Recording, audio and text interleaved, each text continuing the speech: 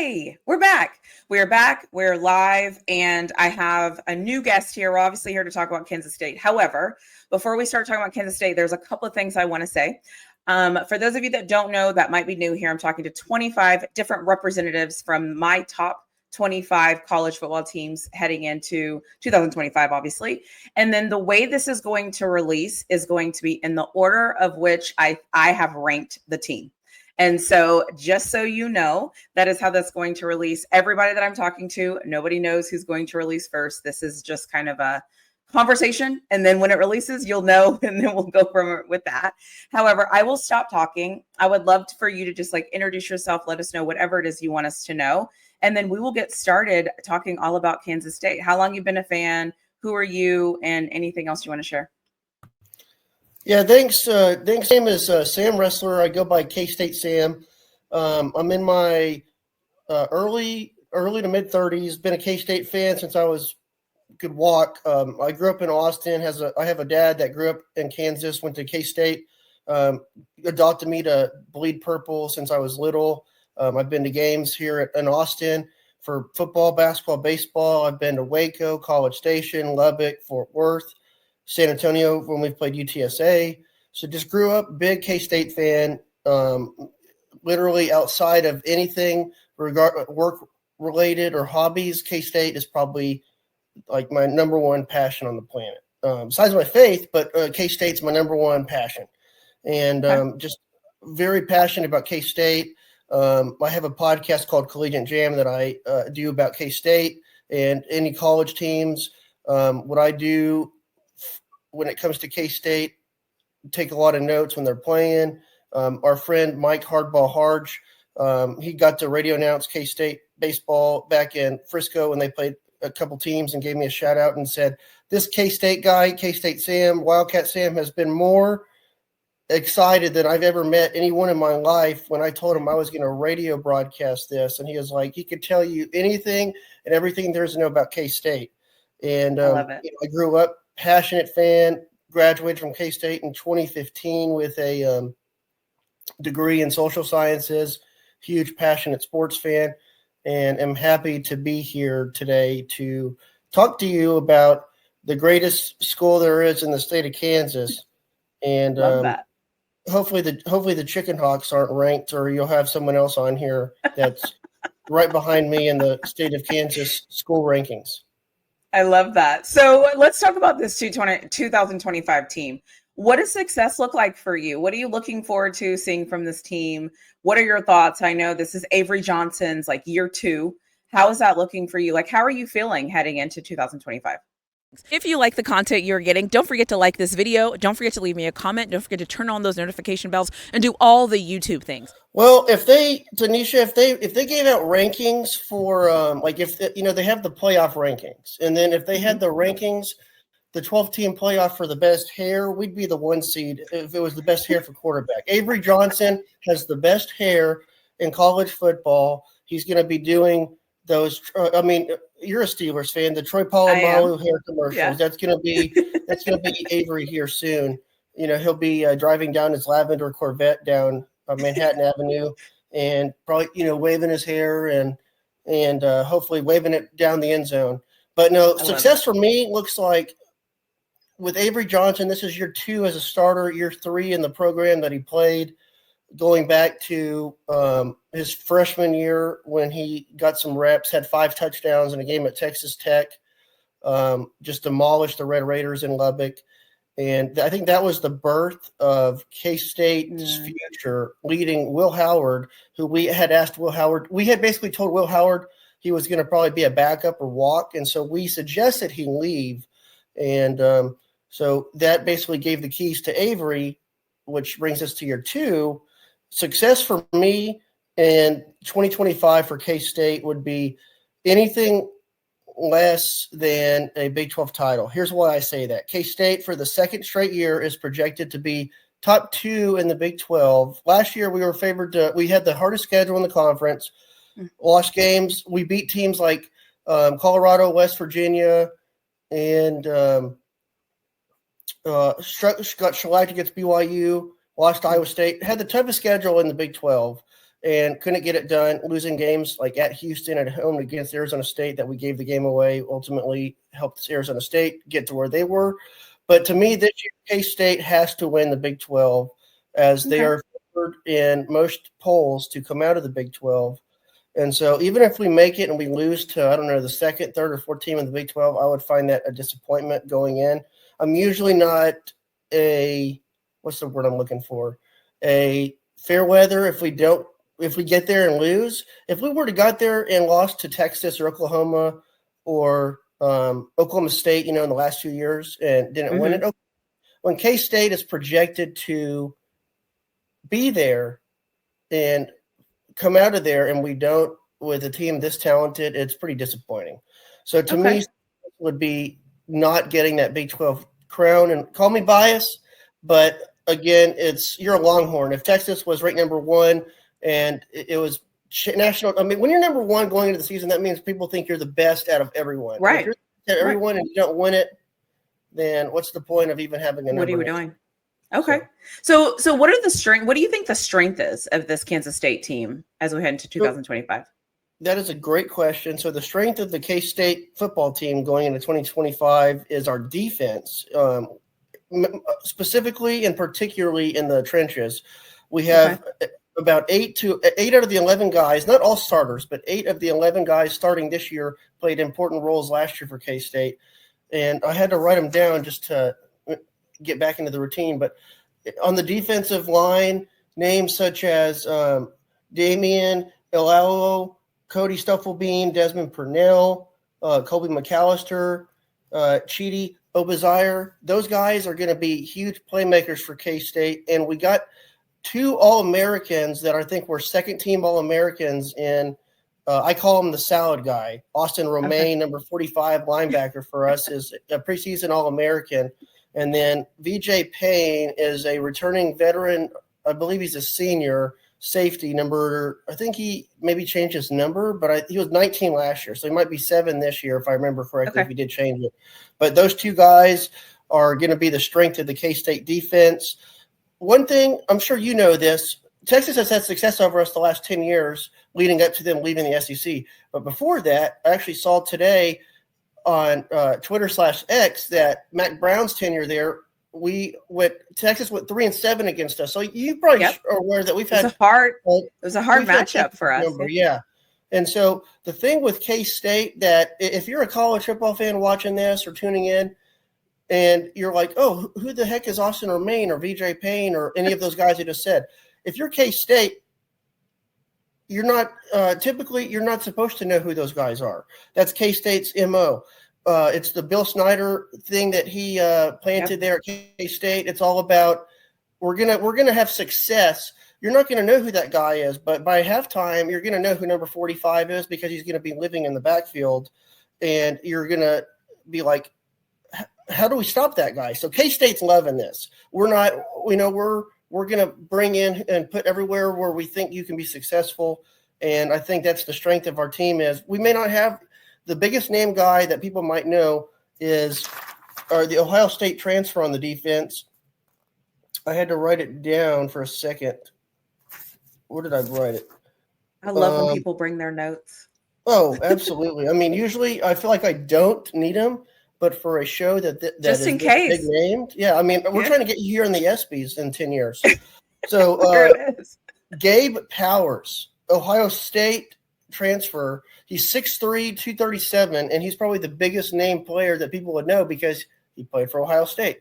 Mm-hmm. And a lot of people around K-State like to joke and say it was a trade for him for Will Howard.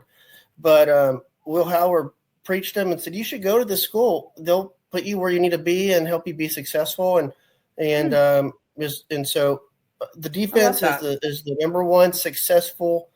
Again, K-State will put you like Jordy Nelson that played for the Packers. He came to K-State. He didn't even play offense in high school. He was a defensive player.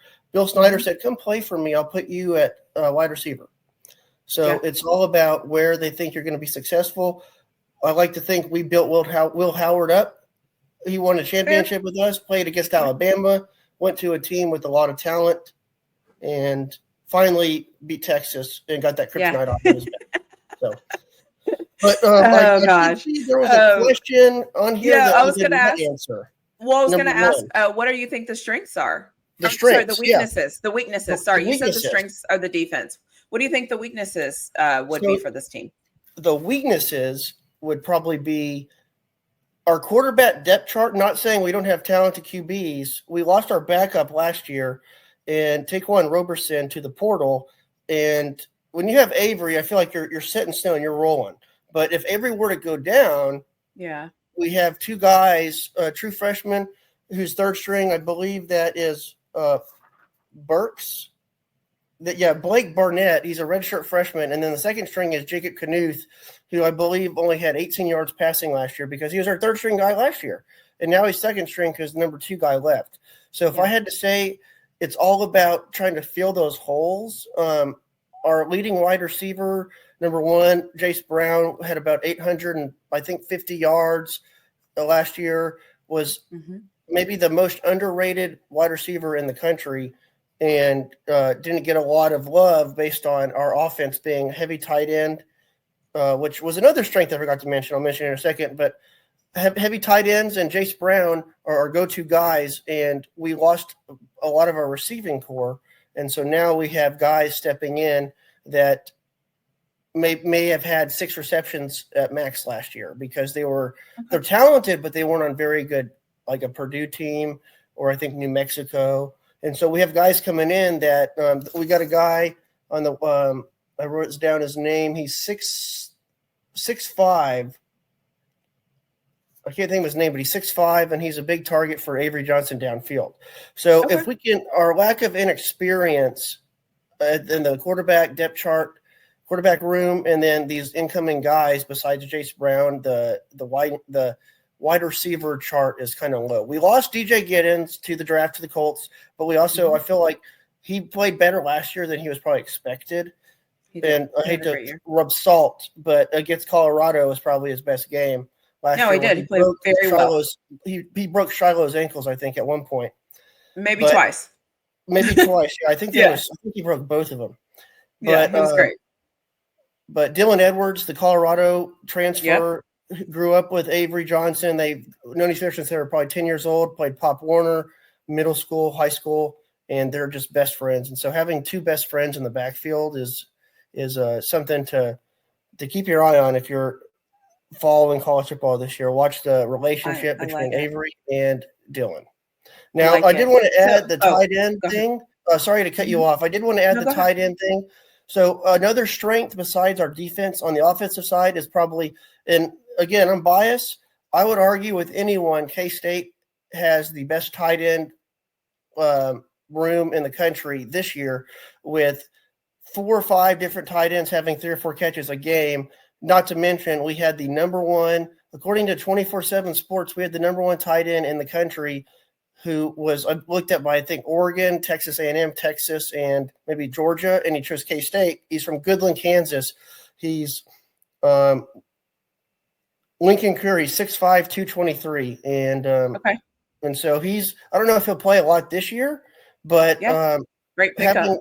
He's a great pickup for K-State when we have Oakley, Swanson, Garrett Oakley, Will Swanson, Braden Lofton, and Will Ansino. Those 4 guys, to me, are just as talented as wide receivers when those guys get the ball as much as a wide receiver does. And so I don't know if the weakness is there for a wide receiver, but I feel like in order to have success, wide receiver depth chart, they have to step up if these guys agree. So, so let's transition to the schedule this year. So what is a game that you look at on the schedule and you're looking forward to the most, and why? Okay.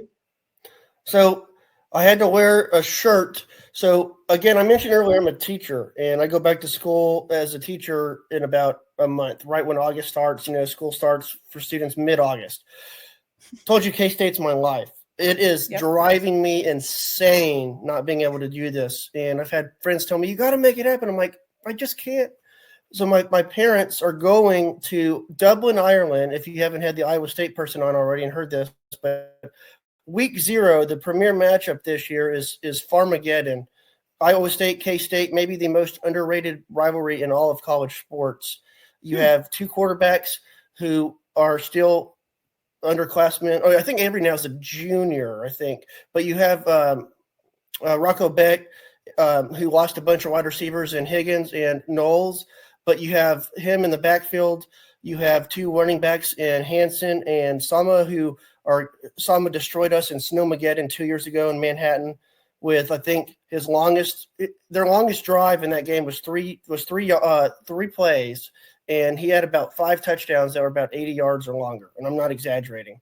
And so you have him that is going to be taking on 2 state schools in the Big 12, the 2 biggest farm schools in the Big 12, K-State and Iowa State, aka Farmageddon, playing over in Dublin, Ireland in week 0 for the whole world to get Big 12 matchup. And I think the world, including myself, is in for a treat because I think you're going to get to see 2 Big 12 powerhouses that aren't, Oklahoma, Texas, Georgia Tech, Oklahoma, Oklahoma State, and Bedlam, these big time rivalries, but to me, it's equal to an Oklahoma, Texas. If you're not, but the thing is, people may laugh and say, no way. I think it's as equal to that because they're such big agriculture schools that it'll be fun having so many fun farmers in the conference over there in Ireland watching this game. And so that's the game I'm looking forward to the most. Okay, I like it.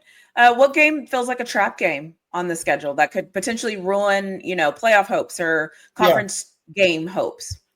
So I feel like in 2025, last year was a good example. And I'll tell you, there's 2 games, a non-conference game, which is kind of funny. We have a non-conference game that's a Big 12 opponent for the second straight year, but that's not the trap game. I'll tell you 2 games, a non-conference game and a Big 12 game. So the first game that scares me the most is, I believe it's week 2. No, it's week 1. No, it's week 2. Week 2, sorry. Week 0 is Dublin. Week 1 is North Dakota. Week 2 is Army. And Army is a very good team. It's being played in Bill Snyder Family Stadium, 6 p.m. kickoff on Fort Riley Day, which is when we have our Military Appreciation Day. And Army runs the wishbone and the triple option, and it is so hard to stop. I feel like K-State, it's nice that we don't have Army right after Ireland because we're going to try to get back to normal sleep schedule, workout schedule, traveling. True. And it'll be nice to have as you'll say, a cupcake, easy game, hopefully week 1 with North Dakota. But the trap game to me is playing Army, whereas it's an offense that we haven't ever really seen. Last time we played a military school was, I believe, in 2020. We played the Navy in the I can't remember maybe Memphis, I think, in the Liberty Bowl, and they just torched us with their option. Yeah. It's so hard to stop. And so I think that game with Navy, Army's they're no cupcake. They're a good football team. So I feel like that game is going to be difficult to win at home. So that's a trap game when you're trying to go into conference with, undefeated. And then the other game is Oklahoma State has had our number like we had Texas's in Stillwater. We beat them, I think, 1 time in the last 6 times going there. Yep. And that was in 2017 with Skylar Thompson's first start as a third-string QB. And we just don't play good in Stillwater. So to me, I think that is going to be the trap game because Oklahoma State, no one's talking about them. Gundy's washed. They went 0-9 last year. K-State beat them 2 years ago when they were number 6, 48-0, and then we beat them this last year 50-13 or something. Yeah. And so it's a game that I could totally see us go in there. I think it's November, maybe, and we're just going to sleepwalk. And so to me, there's no easy game in the Big 12 now, but the reason I had mentioned Army too is in 2025, you're going to have a group of 5 team always get in. To me, it doesn't matter if you have 2 losses or 3 losses as a group of 5 team. If you're Northern Illinois and you beat a top 5 team, all you got to do is win your conference and you have the most attractive win. So if K-State thinking we're top 15, hopefully when Army comes in, if they beat us, all they got to do is win their conference, the American, I believe, and they're in. So to me, That's you're going to see more upsets nowadays with mid-majors not being scared to play Oregon, Texas, Ohio State, Georgia, the Blue Bloods, and throwing in K-State in there too. Okay. If your team could win just one game this season, let's say it all goes off the rails, right? And something happens and this doesn't go the way you were hoping it would go. What one game would you say, man, at least we beat so-and-so? Who is that for you? So 99.9% of K-Staters will say KU. I guarantee you they would, especially because KU now has their new stadium that we go into this year. We have beaten KU like 17 straight times or something. We haven't lost to them since, I think, like 08 or something. And that's considered your biggest rival, right? Oh, absolutely, by far. Like, to me, because it's in-state, it's close, it's all the thing. Yeah, like I've learned I can't stand the Jayhawks, but you'll laugh at this. I like when the Jayhawks beat Texas because it's funny because you have a struggling program against maybe the biggest name brand in sports. So I think it's funny, but I don't like Jayhawk basketball, and I'm slowly not liking football because they're starting to scare me, and they're getting a little bit more talented with the NIL and in-state recruits. That's fair. But every K-State fan I know besides myself would probably say KU. However, since I did not grow up there and we're playing in Ireland, I think we could beat Iowa State. I think it's more important for us to win over there than start 0-1. I'm also thinking about just the whole schedule. Like, we play KU and it's a road game. We might lose. We really might lose. Whereas this game is setting the tone for the season, and we want revenge on Iowa State. And to me, it's a home game for us that's over there. So to me, we have to win this game, and I would rather beat Iowa State. One, I don't think they should have been in the Big 12 championship last year. I think we should have, but we shot ourselves in the foot. And two, I want to beat Iowa State in Ireland. I want to win a game in Ireland. Not many people get to go over there and see us play in Ireland. So, all right. If you could have one player from any college football team on your team, which player would you pick? So I don't know if you've had a lot of people already on here.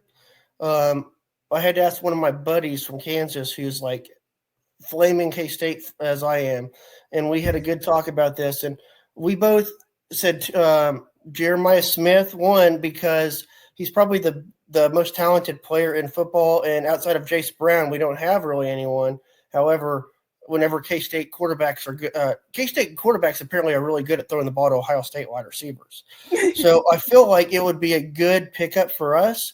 But if there was a player that I could have depth chart wise that could fill some holes, K-State's running backs depth chart's not weak at all. But having Abu Sama from Iowa State as a backup behind Dylan Edwards. One, we don't have to play against him, and he doesn't have to abuse our defense.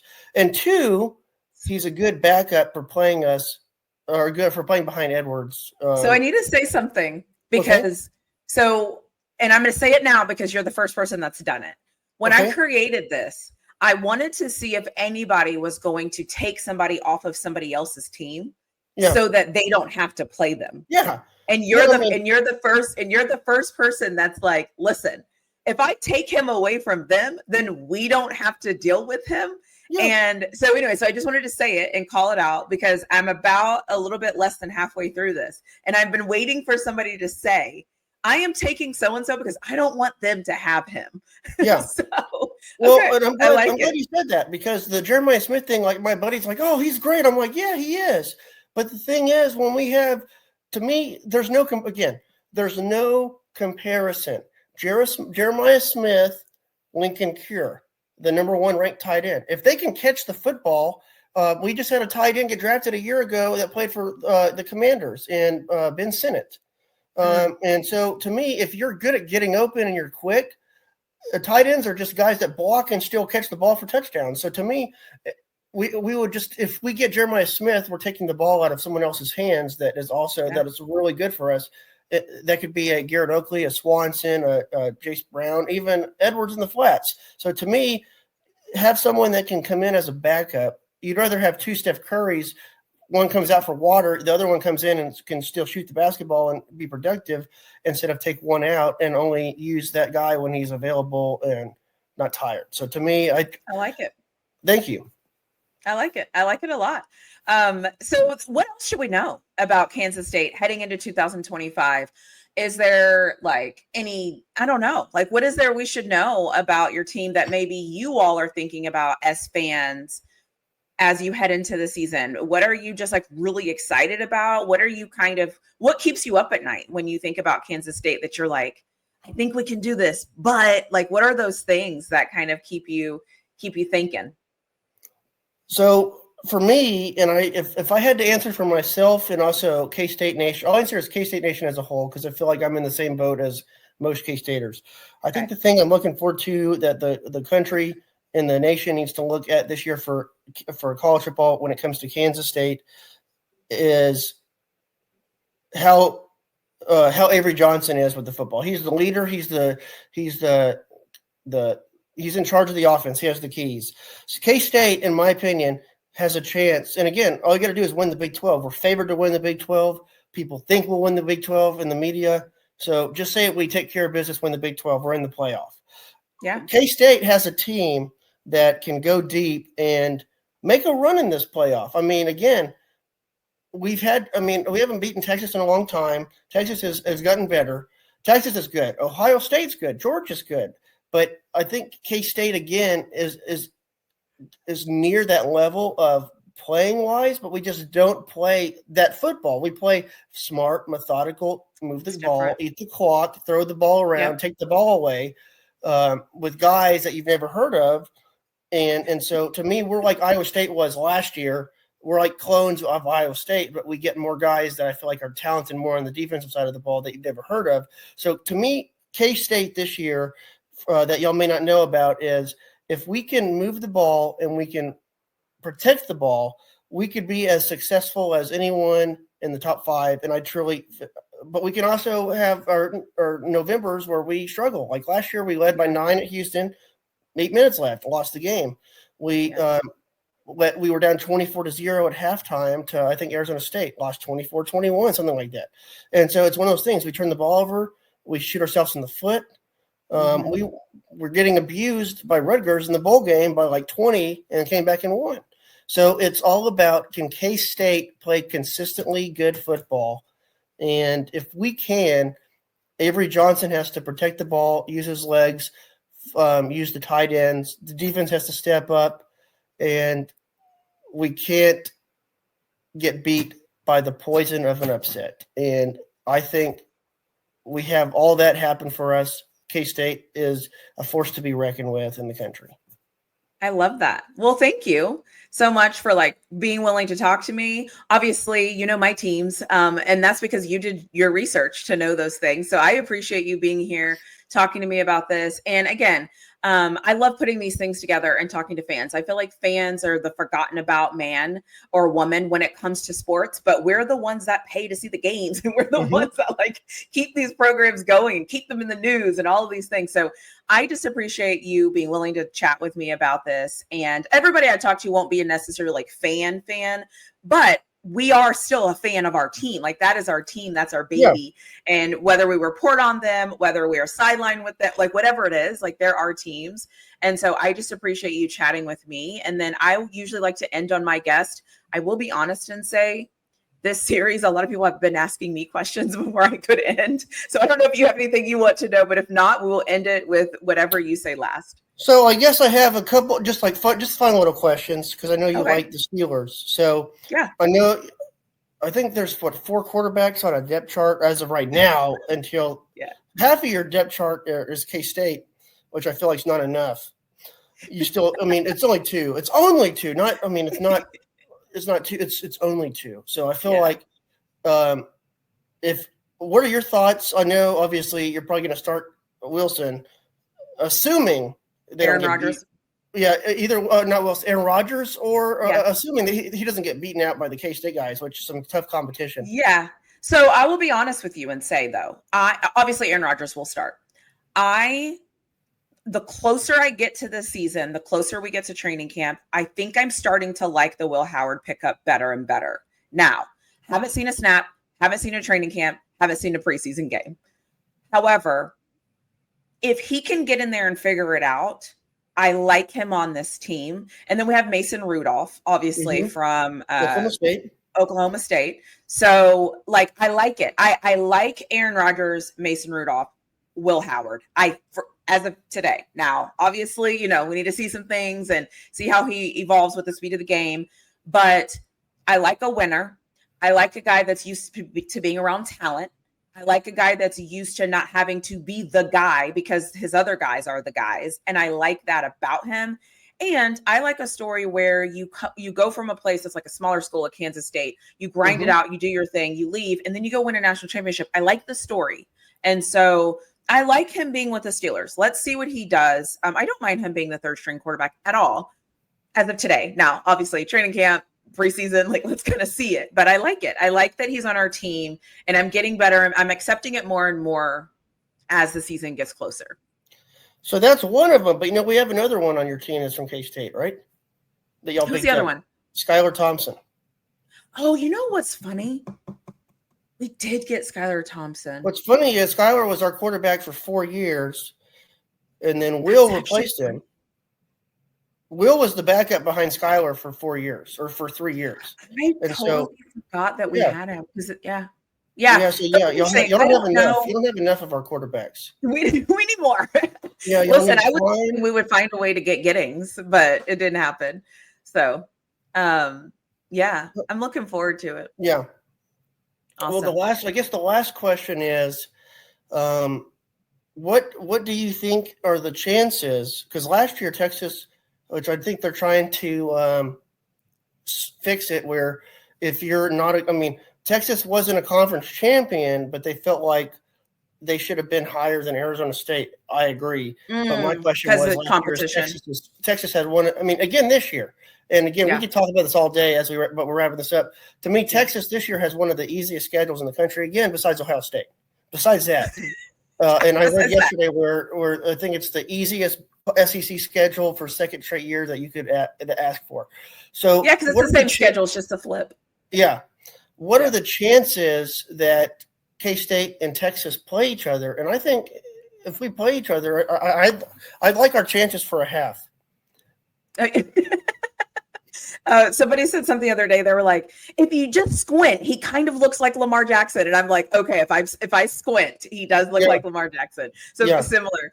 And again, you're right. Like the history of Texas, Kansas State has always been Kansas. We've always had problems with Kansas State. And that goes back to who is the little guy, Darren Sproles. That goes back to then. So we've always had issues with Kansas State. I do think the construction of Texas now is a little bit different than it was back then. So I think for a half, I think that's cool. I think I could see that. And I think, and that's the other thing I tell people about Texas is like Texas should be able to just out athlete a lot of people.